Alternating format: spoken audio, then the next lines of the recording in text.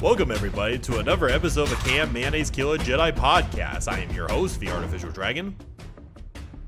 I'm your co-host, Darth Celine. And welcome to the 65th episode of the podcast, everybody. Hope everybody's having a wonderful Memorial Day weekend. By the time this episode is recording, Memorial Day will be tomorrow. So happy Memorial Day, everybody. It's not really something to be happy about. Well, I mean, just probably not for a lot of people, but it is a holiday that all Americans remember. But I'm looking forward to that holiday. It is to memorialize dead veterans. I know, Hannah. Mm-hmm. But I am looking forward to that sweet, sweet holiday pay tomorrow. At least you get holiday pay. Yeah. But anyway, so to quickly get some things out of the way, for everybody that loves our content, we have a Discord server which anybody can join as long as you have a link, which is in the description of this video and every other podcast video. Well, before I made that announcement anyway. Go ahead and join us on the Discord. We've been having a sizable community just being built up. It's been pretty interesting hearing your guys' opinions, seeing memes being attached here and there. Just having it's really heartwarming getting new members coming in a few times a week. It's not something I really get to see in my Discord channels. Mm-hmm. But yeah, so for as far as Patreon stuff is concerned, if you guys really, really love the content that me and Hannah make, you could go to the Patreon, which is patreon.com/canmail. Once again, that is patreon.com/canmail. And of course, you have a Discord server as per usual, but any tier, whichever you pay for, the lowest being $2 and the highest being $10. All the money goes directly towards the assets that we use in the podcast, thumbnails, and any other things that we might pay off in the future. But for the highest tiers, everybody for the mid-tier to the highest tiers, you have special voting for future episode topics, like we did with a Galactic Empire and why am I blinking out on this? Don't hurt yourself.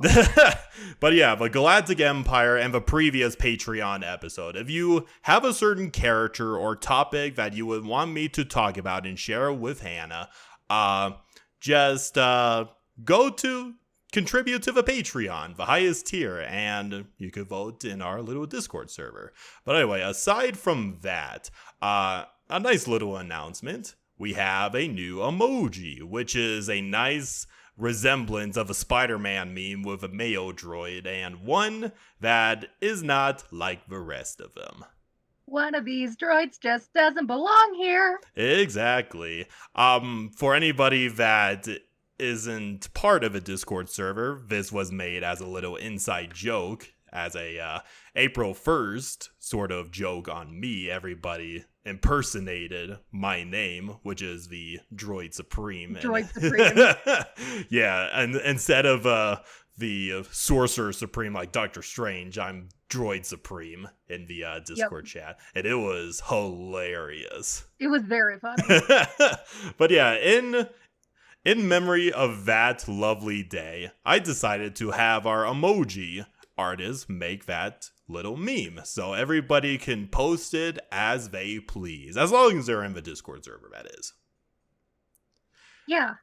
And as well as additional Patreon things, I already posted it, already announced it in the previous episode, but go ahead and if you're contributing to the highest tier, you'll have a nice little HD poster of the Night Sister. I've been trying out a new artist, and I think they did a really good job with a Night Sister. Yeah, it looks great. Yeah, she looks pretty hot. But yeah, looking forward to future Patreon pieces that we go with this artist. And before I forget, I'm going to do a shout out to all of our lovely consulars, including a new one that has popped up recently. We got a new one. Yes, we did.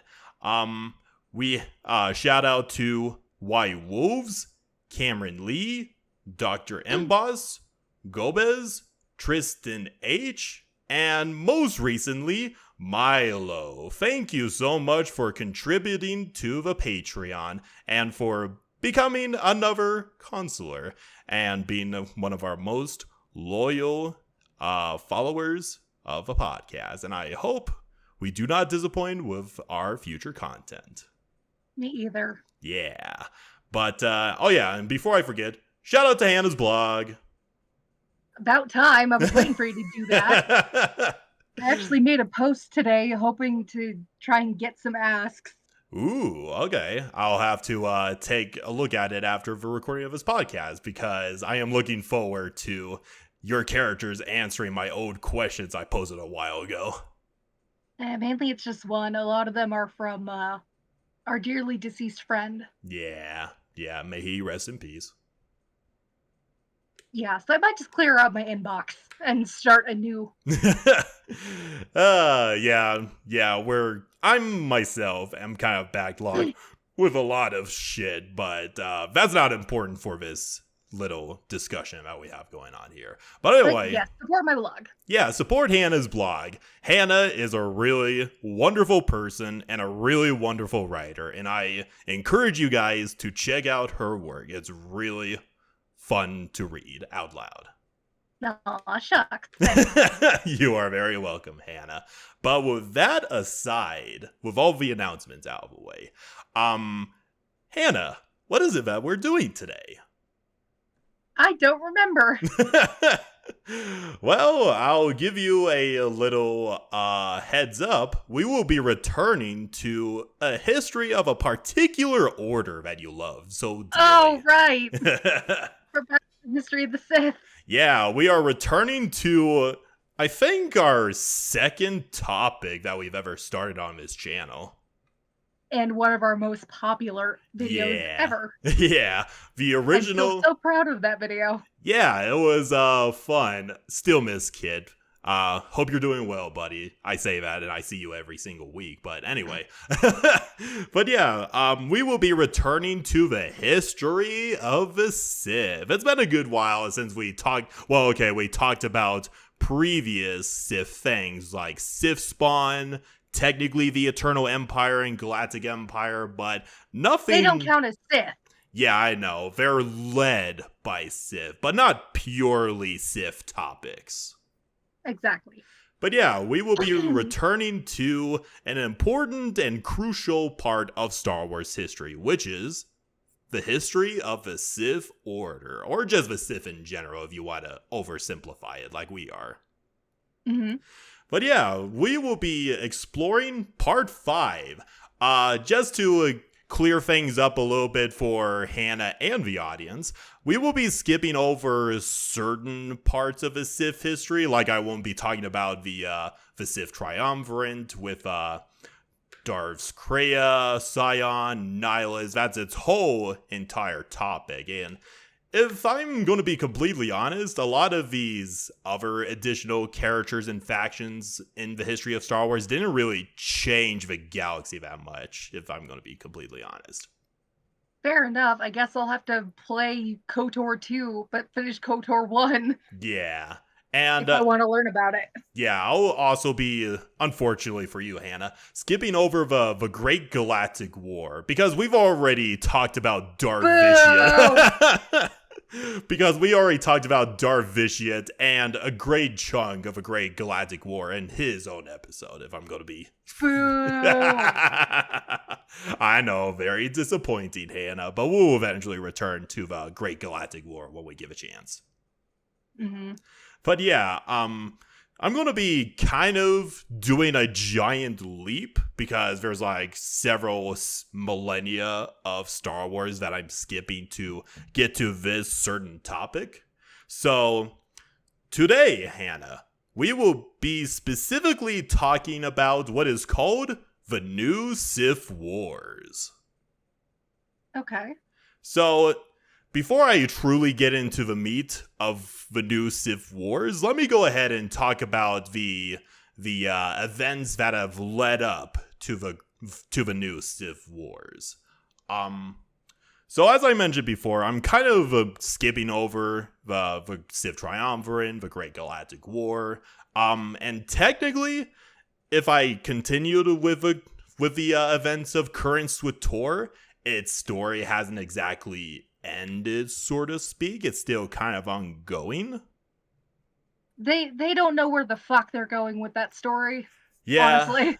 yeah, which is why I don't want to go into that clusterfuck. But the general idea. Sorry, go on. They're doing an update soon, and it's only going to be one story mission. It's like, what the fuck? Yay! Thank you, Broadsword. Anyway. But yeah, we don't exactly know how the Sith Empire comes to an end, but we know for a fact that it just ceases to exist and is forever lost into history, except for like scattered legends and stories that Palpatine comes across. Okay. But yeah, after the third Great Galactic War, yeah, there were 3 Galactic Wars in total, not counting the war with the Eternal Empire and all that bullshit. Mm-hmm. But let's see. After that, as I mentioned before, we don't really know what happened to the Sith Empire, but for a brief period, the Sith would once again disappear into obscurity for over 100 years. Doesn't that sound familiar? Yep. And yeah, history has a kind of a twisted sense of humor, and as we mentioned in previous history episodes of the history of a Sith, the Order of a Sith would kind of be revived through the actions of individual Jedi Knights who, got curious and wanted to learn more about the powers of the dark side and getting ancient Sith secrets, that sort of thing. Mm-hmm. The cycle repeats. First we have Exar Kun, and then Darth Riven, so on and so forth, to Darth Vader, the whole shebang. Mm-hmm. But the first interesting individual that we'll be briefly covering, don't worry, if it sounds like I'm going over the place, it's because it's basically a bullet point of important individuals that have influenced the the new Sith Wars. So I'm not exactly going to be focusing on one individual Sith Lord like Revan or Exar Kun like we did in the previous episodes. Okay. Okay, let me go ahead and talk about this one Sith Lord. So there is a former Jedi Master who is a member of the Pau'an race. The Pau'ans are basically the native inhabitants of Utapau. The Grand Inquisitor was a Pau'an. Oh, that's what he is. Yeah. I did not know that. Oh, you'll learn something new every day. We'll eventually talk about those guys added to the list, I know. But they're not the topic of this episode. But there was this individual Pau'an Jedi Master who was highly revered by all within the Jedi Order. But he was known as a formidable warrior that always craved battle. And he would eventually be caught by the Jedi Order studying, what else? Forbidden knowledge of the Sith. And the Jedi Order were all like, oh no, you are reading the bad juju book. You are expelled from our order forever. Get the fuck out of here. As most Jedi did. As most Jedi did. There is something they have not learned for the past 100 years, it seems. Mm-hmm. But yeah, this Pau'an, he would be exiled, and he felt so betrayed, and he felt that he was unjustly punished for reading forbidden knowledge. And he decided, he vowed revenge against the Jedi Order, and he went to his homeworld of Utapau. And he would go about recruiting a massive army of fellow Palin and taught them in his unique fighting form, which involved Cortosis' sword, Cortosis' shields, and melee weapons. And Nice. yeah, he's kind of a minor footnote. I wish there was more on him, but we don't even know his original name. But we do know his Sith name, and his name was Darth Desolus.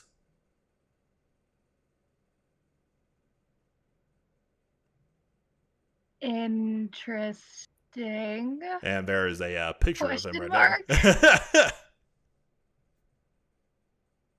Okay. Yeah, he's kind of interesting.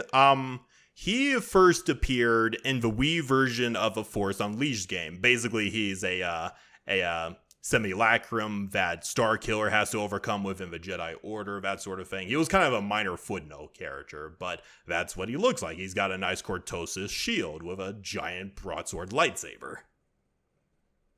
Mm-hmm. But yeah, Darth Desolus, he would gather his army, and he would engage in a guerrilla war against the Jedi Order all across the galaxy. And this little war that he started lasted a year, but it resulted in the deaths of nearly 2,000 Jedi. Damn. Yeah. But through his numerous victories, Darth Desolus became a little bit overconfident in his abilities, and there was a little strike team of Jedi on the world of Yaga Minor. It's not really significant, it's just the name of a world. And he decided to lead the entirety of his forces to kill more Jedi. But pulling the classic Admiral Akbar meme, it's a trap, and he and his army was isolated at all sides by the Jedi and a fleet of Republic ships, and he just got cut down along with his army. Mm-hmm. But yeah, there were even some accounts that it took the entirety of a Jedi High Council to finally kill his ass. Damn. That's like telling Darth Sion to calm down. Yeah, pretty much. And while he was essentially a minor footnote in his history, his legacy, very similar to Darth Phobos, which if you recall from our second Halloween episode, who was the one, okay, she was the one who was so dangerous that both the Jedi and the Sith briefly allied with each other to finally kill her. Okay, I barely remember that, but anyway. But yeah, just like Darth We have Phobos, a lot of episodes. I so. know. But even though he was basically a minor footnote, he had such an impact on the history of a Jedi.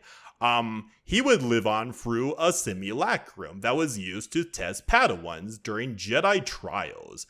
In particular, he served as an obstacle in the trial of skill, as a personification of a Padawan's own personal weakness, and to achieve control over their raw emotions. Cool. And here's a quote that is uttered by him. 1,000 Jedi died cursing Darth Desolus. Now you too will scream my name. Oof. Yeah, Darth Desolus, even he was kind of a minor character, but it just goes to show that even with the Sith Order in total obscurity, there's just going to be the random Jedi that calls himself the Darth, just popping up here and there. But after that little conflict, the galaxy would become quiet for the next millennia. There are several conflicts here and there, but essentially, point is, it wasn't as large scale as the previous wars against the Sith. But there would be another Jedi that would kind of change the playing field and kind of change the galaxy forever. And this individual Jedi Master was an Umbaran, who are the Shadow People. The Umbarans are cool. Yeah, they are pretty cool. More fucking sly, more. I still remember her eyes staring into my soul. Yep, her eyes stare right into your soul. But yeah, this... Don't we include that in the Senate video? Yes, we did. Yeah. Probably the funniest part of that episode, by the way. Yes, it was. But yeah, this Umbaran Jedi Master was named Fianus. I'm hoping I'm pronouncing that name correctly, but point is, he was a highly revered Jedi, known for his intellect and charisma, but he would gain some infamy within the Jedi Order, as he had a very self-centered philosophy. Basically, it's the basic idea that his very will superseded everything in existence. Damn. So he was pretty much the egotistical Jedi Master. Get in line. Oh, There's probably one every fucking generation. you know, you're not wrong with how self-centered Count Dooku can be every once in a while. You're not wrong. And fucking look at Anakin. Yeah, that is true. But yeah, Anyway. This Jedi Master's line of thinking would unsettle many of his peers, even members of a Jedi High Council, calling them out in condemnation. And he felt very offended by the Order and the refusal to accept his beliefs. And he would willingly abandon the ways of a Jedi. And he was actually the very first of the Lost 20. Oh, well, that's cool. Yeah, I briefly mentioned him in the Jedi Branches episode, but that's not the point. It's also kind of ironic because Vizdu was the first of the Lost 20, and then the last of the Lost 20 was Count Dooku, and look how well those guys got into becoming Sith Lords. Yep. But yeah, just a lot of repeats in history. Star Wars history has a sick sense of humor, I swear. Mm-hmm. But yeah, Faunus, he would slowly walk down the dark path where he pursued multiple forbidden knowledges, and he at one point came across a Sith holocron, which contained the ways of a Sith, and he would become corrupted by the dark side of the Force. Armed with his knowledge, Phonias would secretly recruit other members of a Jedi Order, and would even sought out numerous Sith cults across the galaxy. And he would unify all of these cults under his leadership, and he would declare himself the newest Dark Lord of the Sith, and cast aside his former name. He took up the mantle of Darth Ruin. That's a pretty cool Sith name. Yeah, Darth Ruin. Yeah, it is a kick-ass Sith name, and also kind of ironic, as I'll go further into him. But so Darth Ruin, he would go on to convince 50 other Jedi to join his cause, and this would result in an event called the Fourth Great Schism. I remember the Great Schism mentioned in, was it History of the Jedi? Yeah, it was part 2 of the History of a Jedi with Xandor and everything. Mm-hmm. But yeah, there are multiple great schisms, if it wasn't clear enough already. But no fucking shit. And Darth Ruin, there's not too much information on the Fourth Great Schism in general, but the entire point of it is that Darth Ruin committed a civil war amongst the Jedi and essentially resurrected the Sith Order once again. Cool. But yeah, despite his achievement of resurrecting the Sith Order, Darth Ruin's self-centered philosophy would lead to his own downfall, as he saw all of his underlings, even his fellow Sith Lords, as basically nothing, and he would sacrifice a large amount of his followers on a basic whim. Mm-hmm. And shocker of all shocks, this would lead to his assassination by his apprentice. Oh, gee. So shocking. So shocking, I know. But here's a nice little variant of a Sith code said by Darth Ruin himself. There is no passion. There is solely obsession. There is no knowledge. There is solely conviction. There is no purpose. There is solely will. There is nothing. Only me. Damn. Yeah, so he was kind of self-absorbed. The classic. What's the word I'm looking for? Crap. Yeah, he's just a very, very self-absorbed. Very egotistical, even for a Sith Lord. Sounds like it. Yeah. But despite his downfall, Darth Ruin's actions would, as I mentioned before, lead to the rebirth of a Sith and the creation of a new Sith Empire, which carved out a dominion which allowed them to recapture former Sith worlds such as Yavin 4 and Ziost. And his actions is what would begin the era that is known as the new Sith Wars. And I mentioned this to you before, but the Sith Wars were kind of crazy and very, very chaotic. Oh yeah, I forgot to share an image of Darth Ruin, by the way. Interesting lightsaber he's got. Yeah, he has got a pretty interesting looking lightsaber. It kind of, I don't know, the tip of it kind of reminds me of Kenobi's skeletal design. Yeah, it is. It's pretty cool. It is pretty cool. But yeah, let me just tell you how chaotic the new Sith Wars was. You thought the Paideia Crusade was crazy. The new Sith Wars is just looking at that and laughing. Oh, great. It's... I don't think it would be qualified as a prolonged war. It was more of a, like, you know how we call the entirety of a 20th century and all that the Cold War between the Soviet Union and the United States? Yep. Think of it like that, but there's just miniature conflicts happening all across the galaxy. Okay. And the entirety of the new Sith Wars lasted over 1,000 years. Damn. Yeah.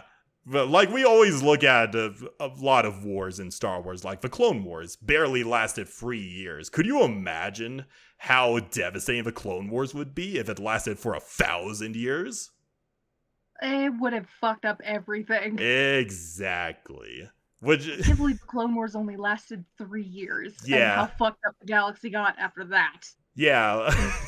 It's kind of ridiculous when you look at it from a timeline perspective, because Ancient Wars really fucked shit up. Like, I mean, like, multiple planets and species were destroyed, and the Clone Wars lasted 3 years, yet there was so much devastation across the galaxy regardless. Yup. Yeah. It's crazy how that works, but we're kind of going around in circles at that point, but, let me see, where was I? Okay. But yeah, aside from, obviously, the Republic, the Jedi, and the Sith would be participating in this war, but there were a couple of other parties.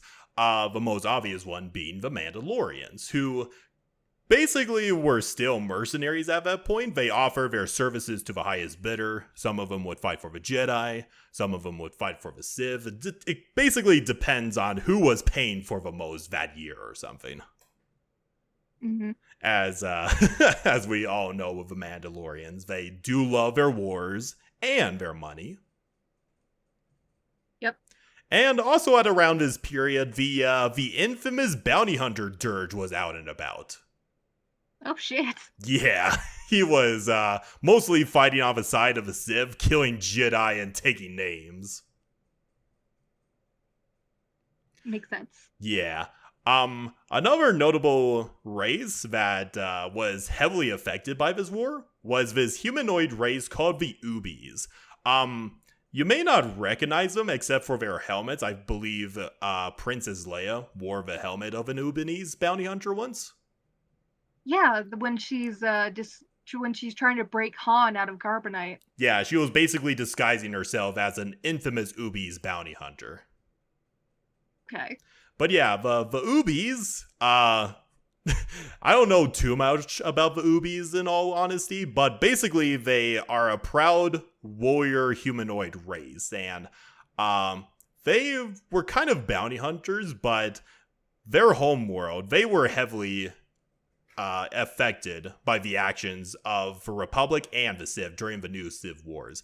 Basically, the Republic came to their world and bombarded it, but it activated a cache of super weapons that basically ravaged their world in radioactive firestorms. Damn. And that pretty much caused a deep-seated hatred of the Republic for generations. Mm-hmm. Which is kind of tragic, but yeah, they're like handfuls of rays that just hate for Republic, just go in line. But among the other races that kind of benefited from the war would, of course, be the Hutts. They always benefit from everything. Of course they do. They're fucking Hutts. Yeah, they're fucking Hutts. It also helps that they live for a very long time. But anyway, like, at first, the Hutts were kind of in their own corner of the galaxy, but then the Sith decided they needed more territory to claim, and they decided to invade Hutt space. And of course, the Hutts being Hutts didn't like that, and they're like, "Give a fuck off of our lines, you red lightsaber bastards! Get off my line! Get off our line!" But yeah, and there would be like individual Hutts that basically claimed worlds formerly ruled by the Sith, because a lot of Sith just upright abandon their worlds to go fight a campaign or something, and then the Hutts would look at the world and be like, "Oh, hey, that's some nice real estate you got there. Yoink!" Yeah, it's free real estate. It's free real estate, and I gotta say, there's this one named Hutt from that era called Zuba Zuda the Hutt, and I gotta say, he goes second place for Gracchus the Hutt in terms of sheer badassery. Oh dear God! Look at him. Okay, so he's not swole like Gracchus was. Yeah, but look at him. The tech on a Hutt is interesting, though. It is very interesting. This motherfucker is not afraid to put his axe through someone. Okay, true, but Gracchus was fucking ripped, and he had a necklace of lightsabers as trophies. Yeah, nobody's gonna beat Gracchus in terms of intimidation amongst the Hutts, but this guy comes in a close second. Maybe. Thought I'd throw. He's not a ripped slug. No, he's not ripped at all. But anyway. But yeah, I thought I'd throw that out there because I'm not going to find another chance to talk about this guy. But anyway, so the new Sith Empire itself was, as we all know, a massive threat to the Republic. But with the sudden death of Darth Ruin, there was basically a power vacuum. There wasn't a clear successor of who would take the title of a Dark Lord of a Sith. And basically, the clans would have numerous warlords fighting amongst themselves to take the title of a Dark Lord of a Sith. You know, classic power struggle amongst the Sith. Mm-hmm. As we all know, it's a backstabbing murder orgy for everybody. Yup. And the Sith are masters of that. Of course they are. But eventually, there would be one individual that would take up the title of Dark Lord of the Sith. And it was this interesting entity called the Dark Underlord. You may vaguely remember the Dark Underlord. It's not ringing a bell. Alright, I'll go ahead and send a picture. Keep in mind, this is episode 65. That is very true. And one of the Halloween episodes was like a year or so ago, so I understand. We've done it for 2 years now. But yeah, the Dark Underlord is basically a Sith ghost that has been brought back from chaos. Oh, I remember. And according to some accounts, it might be the reincarnated spirit of Xandor, the first Dark Jedi. I remember seeing this picture. Yeah, he looks like the literal Grim Reaper, so it makes sense why he would take the title of the Dark Lord. Mm-hmm. But yeah, point is, go to the Halloween episode if you want to know more about the Dark Underlord. But long story... Was it Halloween episode number 1 or Halloween episode number 2? It was number 2. Nice. Yeah. So long story short, the Dark Underlord, he led his own personal group called the Black Knights and wreaked havoc across Old Republic space, and he would eventually be slain by a Jedi Master, blah blah blah, that sort of thing. Mm-hmm. And then let me see. And then after his death, even though the Dark Lord of the Sith was slain, the new Sith Empire would continue its momentum against the Republic over the coming centuries. One of their most pivotal moments was the Battle of Mizra. Basically, it was this gigantic clash on this world of Mizra between the Republic and the Sith. And there's not too much information. You'll hear me say this multiple times, but there's not too much information except the many lords of the Sith that participated would each mount a personalized speeder bike, like a medieval knight, but for a Dark Lord. Metal. Yeah, it is pretty metal. And during a crucial moment, a Jedi coordinator who was probably using battle meditation or something to lead the Republic army would be killed by a lone Sith sniper. And with the death of that coordinator, the tides turned to the side of the Sith, who proceeded to slaughter the opposing army to the last man. Damn. Like, one of the casualty ratings that I came across was the death of over 500,000 troops. Holy shit. And on top of that, hundreds of Jedi were captured by the Sith and corrupted to the dark side. Damn, that's one way to strengthen your troops. Yeah, that's one way. If you can't abduct children or bring other people into your cause, just corrupt the Jedi. Mm-hmm. But yeah, despite this nice little victory, though, there was still no clear line of succession for the position of Dark Lord. And, more notable individuals of the Sith would rise and go. Though, I would imagine it's one of those eras where it's just Sith Lord after Dark Lord after Dark Lord after Dark Lord. But we only know of a handful of examples, or at least they made that much of an impact on history for us to know about them. Mm-hmm. But the first individual that we will be covering after the Dark Underlord is this individual named Darth Riven, not to be confused with Darth Revan. Spell it. Riven. Okay. Yeah. I believe he took inspiration from Darth Riven, but changed it about a little bit. Okay, if you're going to say Revan, pronounce it Reven. Not Riven. I said. Just so we don't get confused. Darth Riven, as in like rivet. Yes. Yeah. Or ribbon. Yeah. And this is what Darth Riven looks like. If I didn't know any better, I'd say he used Night Sister magic because of the green eyes. You know, that is a fair observation, Hannah, but I don't think the Night Sisters were around at this time period. I know. But They were still in the Witch Empire. I know, but I could honestly see why you would make that observation. But Still cool though. yeah, he is. He's kind of a ridiculous figure, but I'll talk about that when we get there. Let me actually provide you a quote from our good old pal Darth Riven. Darkness is a friend, an ally. Darkness allows us to understand others, to see what they value when they believe no one else is looking.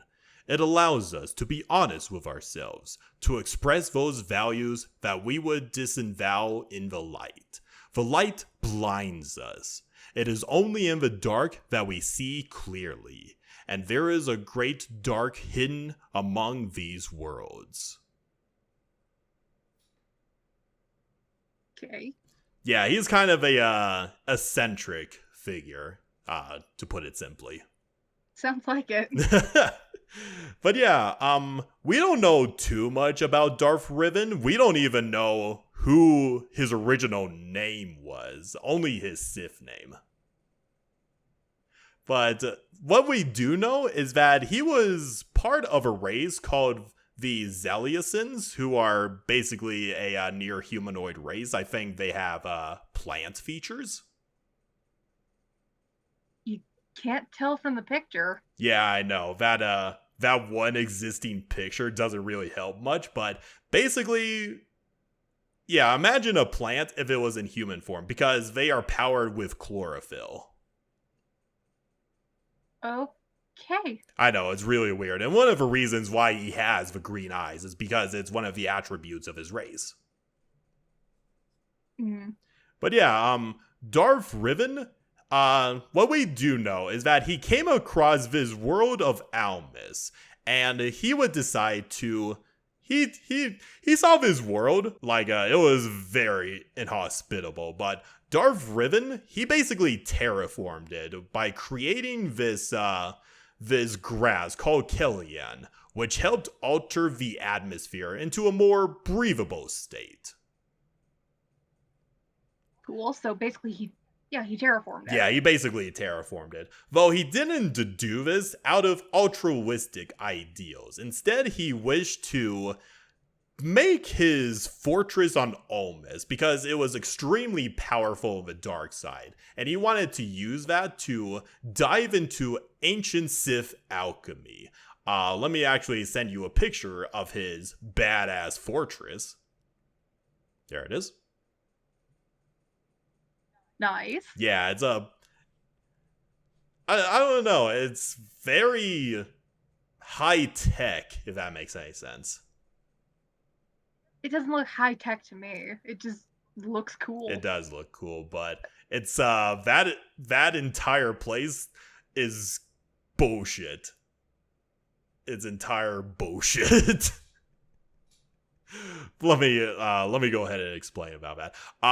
So you remember how we talked about other D&D campaigns, like what was it? Crap. Anyway, so you remember the Death House and how bullshit it was with its traps and everything? Yes. Imagine that with his fortress, but on a absurd scale. So the Death House times 10. Maybe times infinity. Fuck that. Like if you... No, thank you. Yeah, like if you look at this structure, it has no visible windows or entrances. Jeez.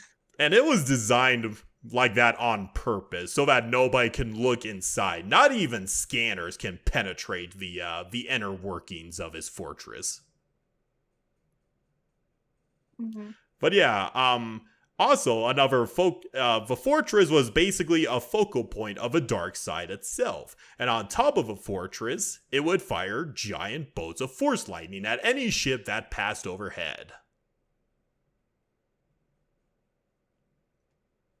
Damn. Yeah, so if you're planning on landing off a fortress, watch out. It'll smite you with force lightning. But yeah, the fortress itself was plagued with many mechanical traps, all of which cannot be detected through the Force or by advanced technological means. So basically, if a D&D party decides to go through this fortress in a campaign and you have a find trap spell, it can't detect anything.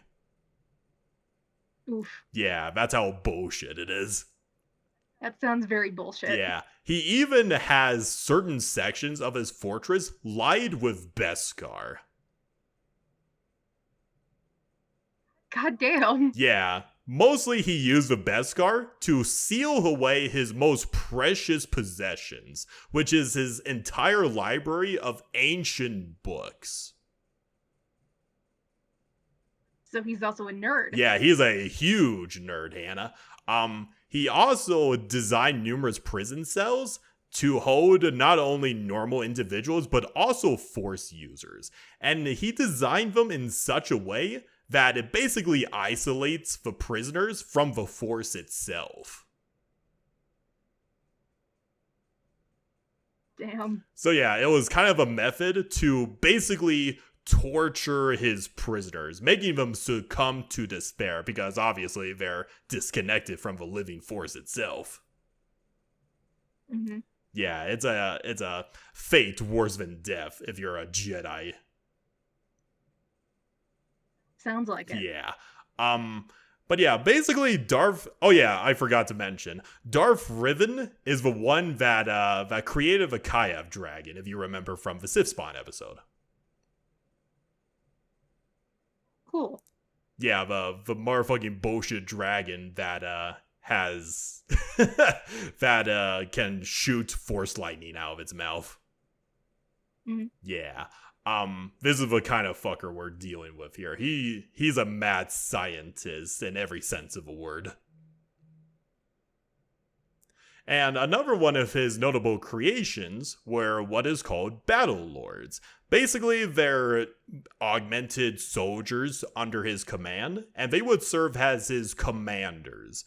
And through the Force, they would bond with their other Sith troop underlings through the Force, giving them the ability to command them and prevent insubordination and desertions. Because Darth Riven, one of his ideals is to prevent the numerous backstabbing that has been happening throughout the Sith Empire, and this is one of his methods to prevent that from happening.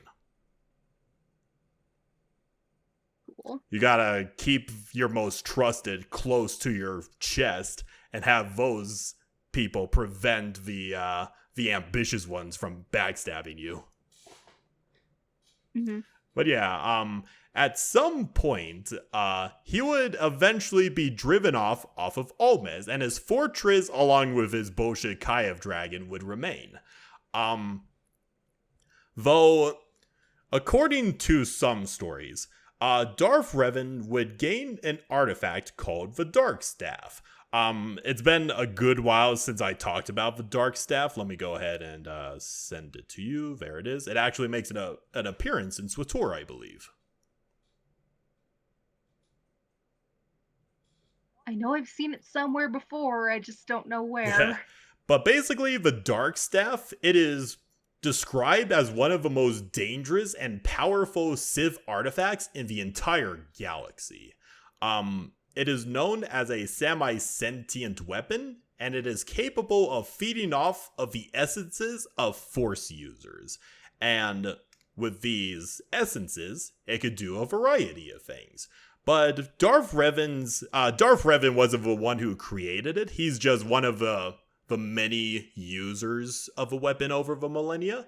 But Darth Riven wanted to use the Dark Staff to help him in the creation of more Sith spawn. But one day, he used the Dark Staff to create a powerful Force storm, which basically propelled him into the future by several centuries. Okay. And I think I remember. I remember this now. It's a time travel stick. yeah, it's basically a time travel stick, and it could transform people into zombies or Sith spawn. That's one of its many abilities. Mm-hmm. It's kind of bullshit. I would love to talk about it one of these days, but yeah, it's super bullshit. But yeah, Darth Riven, specifically, he found himself within a legendary battle called the Battle of Rusan. We'll eventually get to that in this episode. But the Battle of Rusan is the conflict that, unbeknownst to him, would be the conflict that would end the new Sith Wars and ultimately the extinction of the Sith. However, among the confusion, Riven would be slain by a Force user of lesser quality, so he didn't get to explore the new future for very long. Okay. It's like the classic scenario of a time traveler going into the future and then instantly getting killed by whatever weapon was prominent in that era. Mm-hmm. Yeah. So rip Riven. But let me go ahead and fast forward a little bit to another Sith Lord. There is a female Shadow-O. A Shadow-O is a member of a shape-shifting race, kind of like the Clawdite that Sam Wizell is a part of. Okay. But the Shadow-O, they are more in their... Okay, so they can't only shapeshift into other humanoids. They could basically shapeshift into anything. Something as big as a Rancor to something as small as a rock.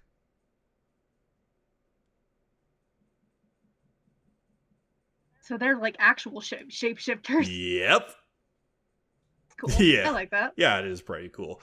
And this Shadow-O is a Sith Lord by the name of Bella Darzu, and this is what she looks like.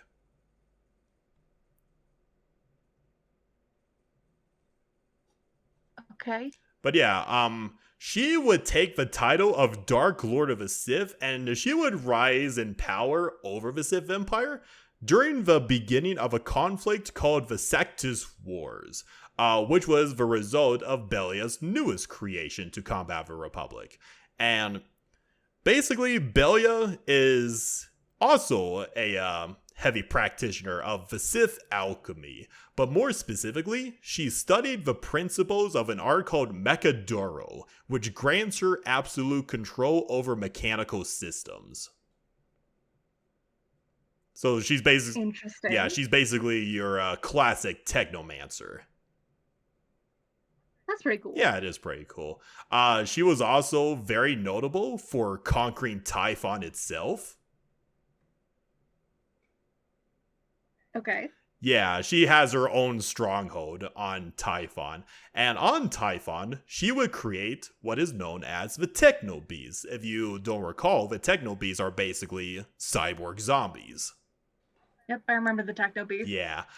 She would create the Techno Bees with a concocted nanogene spore, which basically, as I have recalled in an old episode, but I'll repeat again, basically it creates mechanical tumors within its victims until they eventually transform into the mechanical abominations that we know. Or just basically insert Akira, the whole anime movie Akira. Oh man, yeah, that is very fair. And with his Technobees army, which she called the Meta Necrons, she waged several decades of war against the Republic. And through it wasn't very notable of what happened during the Sith Wars. It was just a minor footnote in history. But she was such a menace to the Republic. But eventually, even with her powerful army, she would still succumb to the same fate as all Sith Lords before her. There was this group of assassins that were allies with the Sith Lord. This group of assassins were what is called the Macrosa Order. Let me go ahead and send you a picture of them.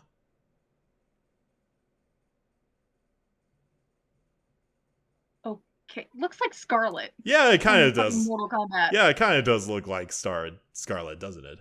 But Not kind of. That is Scarlet. Scarlet before Scarlet was a thing, but yes.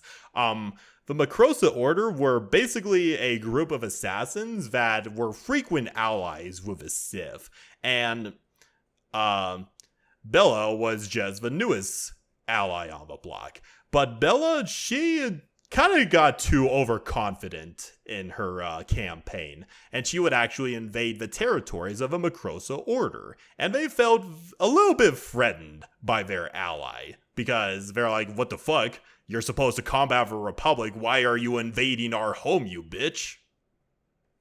Mm-hmm. And ultimately, they sought retribution against her by poisoning her drink.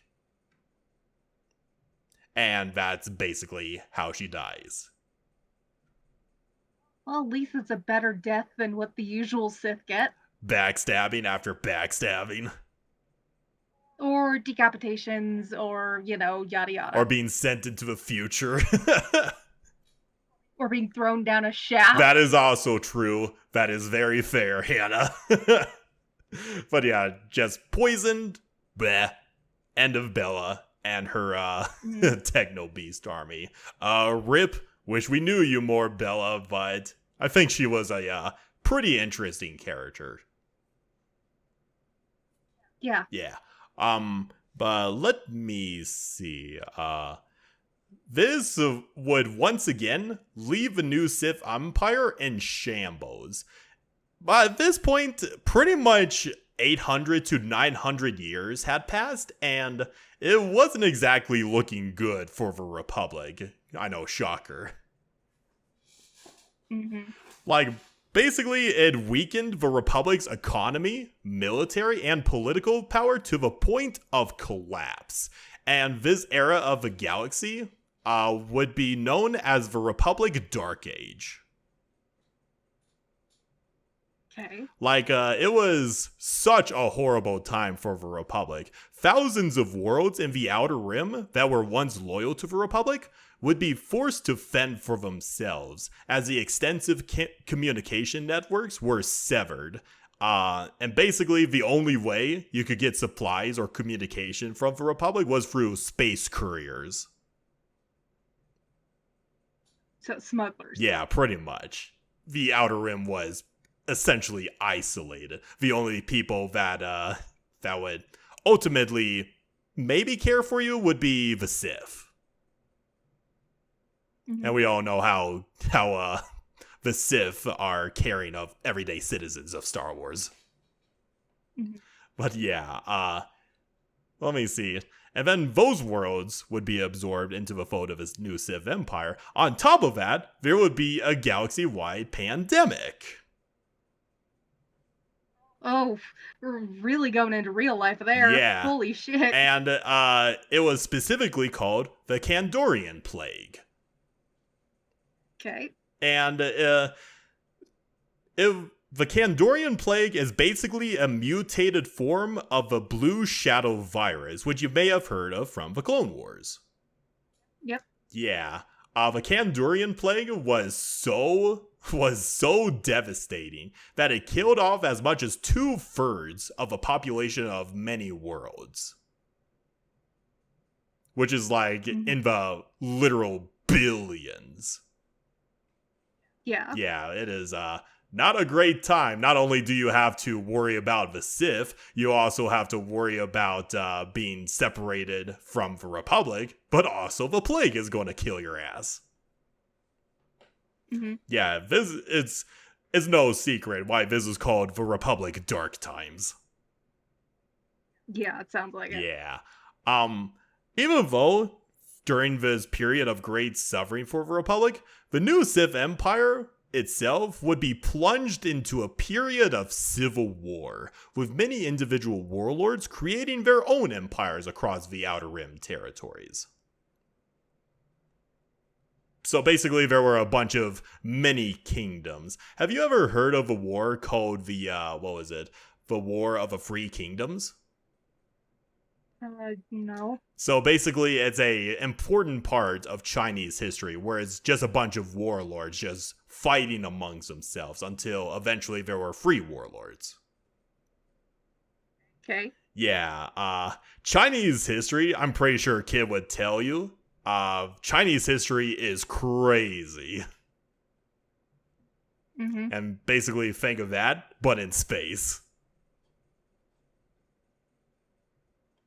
Like, some of the most notable kingdoms of the Sith Empire would be the Chagara's hegemony, the Adonite, the Dominite, the Bactronite, and the Menagerie. There are many other examples, but these are the few named ones that I could come across. They're not too notable, but I thought I'd throw those out there for you.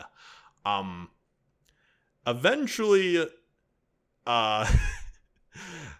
80 years would pass, and this is basically 10 years before the end of the new Sith Wars. It was looking pretty bleak for everybody, until there was this new charismatic figure that would rise to the occasion, and once again attempt to unify the Sith once and for all. Enter Scare Khan. He looks like Talon Card if he was younger and a Sith. Yeah, I could see that. But he Actually pretty handsome. Yeah, he is very handsome. Holy shit. I mean, he's got that drip too. Mm-hmm. But yeah, Scare Khan, shocker of all shocks, was a former Jedi Master. What a surprise. You know, I'm seeing a lot of parallels with Dooku with Scare Khan, if I'm going to be completely honest. Mm-hmm. But yeah, like, Scare Khan, unlike Dooku, he was once born as a commoner during the Republic's Dark Age. And, of course, as with most Jedi, he would be discovered by the Order, taken to the temple, and taught the ways of the Force. He would grow to become more sophisticated and knowledgeable of economic policy and fleet command within the Republic. By the time he became a Jedi Knight, he was basically seen as a beacon of hope for many within the Jedi High Council, because he had a mastery in the rare battle meditation force technique. Cool. Yeah, and the Jedi Council basically saw him as the one who is destined to destroy the Sith that had been plaguing the Republic for millennia. Doesn't that sound familiar? Yeah. I know, parallels with Exar Kun and Anakin Skywalker with Scare Khan over here. But, let me see. Scare Khan, despite his reputation amongst the Jedi Order, had a very radical belief that the Republic and the Jedi were basically responsible for pledging half of the galaxy into darkness and despair. So yeah, he didn't have a very high opinion on the Jedi, very much like Dooku and Anakin did once. Mm-hmm. But the Jedi Council wanted to temper his views and give him a better sense of responsibility, so they granted Khan the rank of Jedi Master. But it kind of did the opposite effect and made Khan believe that the Council was overbearing, and as a result, he recruited a group of like-minded Jedi, and they would go away from Coruscant, and he would basically lay the seeds for the founding of a new Sith Empire, which Shere Khan called the Brotherhood of Darkness. I've heard this mentioned before. Yeah, the Brotherhood of Darkness is basically the last quote-unquote great Sith Empire before the Sith went extinct. Okay. And there's Shere Khan again, in his nice little throne. Pretty badass sitting on that throne. Yeah. Also, I love the symbol that is above his head. That is pretty cool. Yeah. We'll eventually go deeper into the Brotherhood of Darkness, but they are unique in the aspect that Shere Khan, he unified all the Sith under his one banner, and he he wanted to prevent the backstabbing that has been occurring throughout the Sith history for millennia. And he made a radical new change. And basically, he said that everybody under the banner of a Brotherhood of Darkness were equal. That's actually pretty cool. Yeah, like everybody is named a Dark Lord. No matter if you're the lowest or the highest, you're always a Dark Lord. That's cool. Yeah, but the one thing that he did not permit anybody to have is Darth, because he believed that the title of Darth itself was the very reason why many Sith backstabbed each other, because they were jealous and wanted more power that the Darth title brought. Mm-hmm. And if you notice, Shere Khan didn't exactly absorb a Sith name for himself. He's always known as Shere Khan, not Darth Khan or anything like that. He's always simply called Shere Khan. That's cool. It's just like how Lana Beniko doesn't take a title. Yeah, exactly. And under his leadership, Shere Khan would actually go out to the numerous Sith warlords that have been plaguing the Outer Rim and just killed them and absorbed their militaries into his own. Mm-hmm. But let me see, where was I? Okay. And basically, yeah, all are equal under the Brotherhood of Darkness.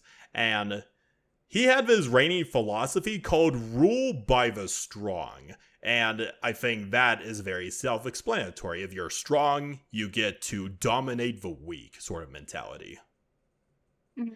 And with that, he would create many Sith academies across the galaxy to train future acolytes, as well as many conscripts that were found among the commoners. So the Brotherhood of Darkness, even though it was everybody is equal, Shere Khan still had to abduct a lot of commoners and basically brainwash them to serve as soldiers in the Empire.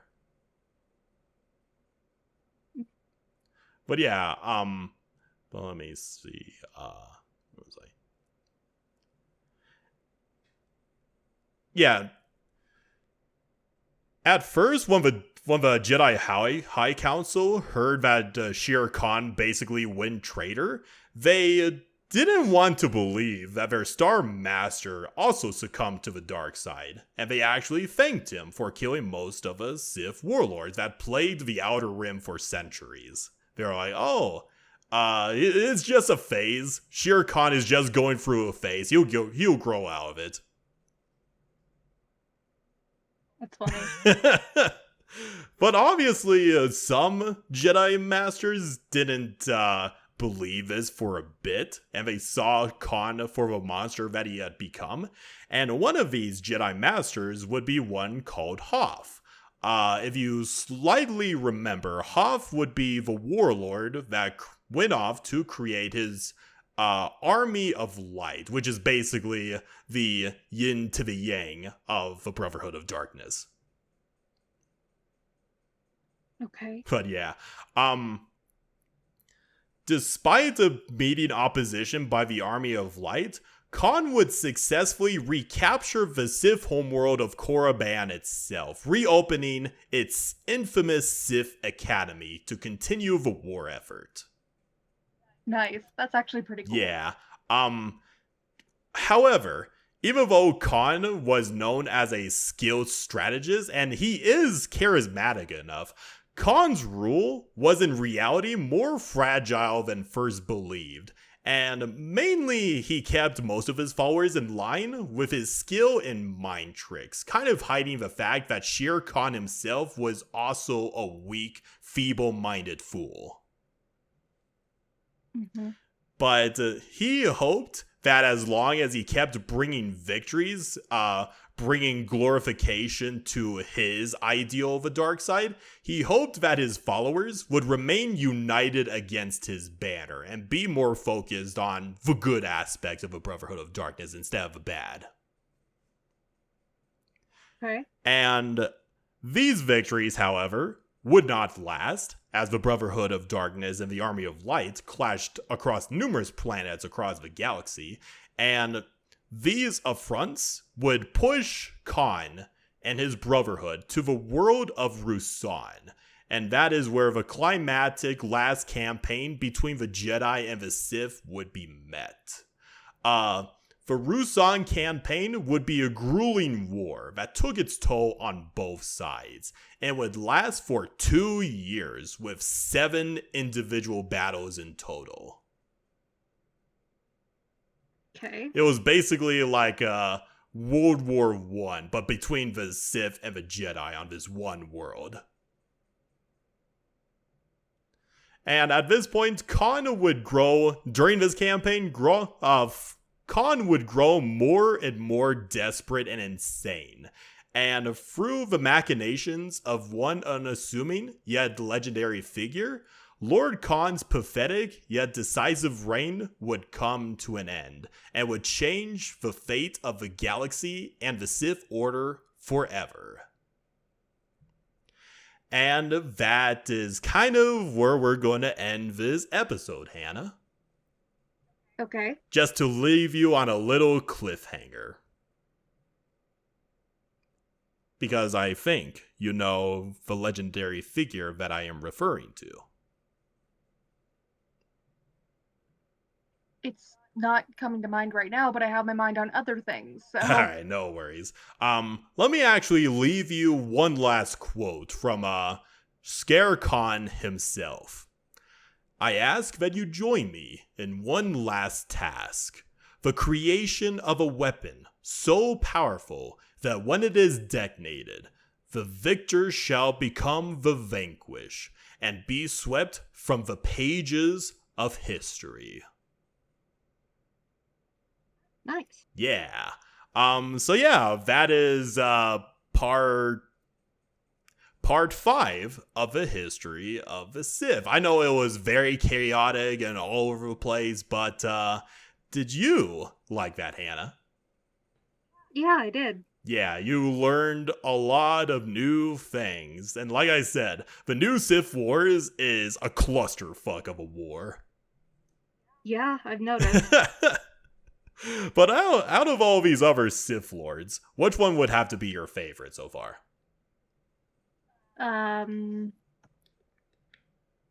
Shere Khan is pretty cool. Yeah, Shere Khan is pretty cool. I wish we got to know more about him because he pretty much resembles the Count Dooku of his era instead of an Anakin Skywalker of his era.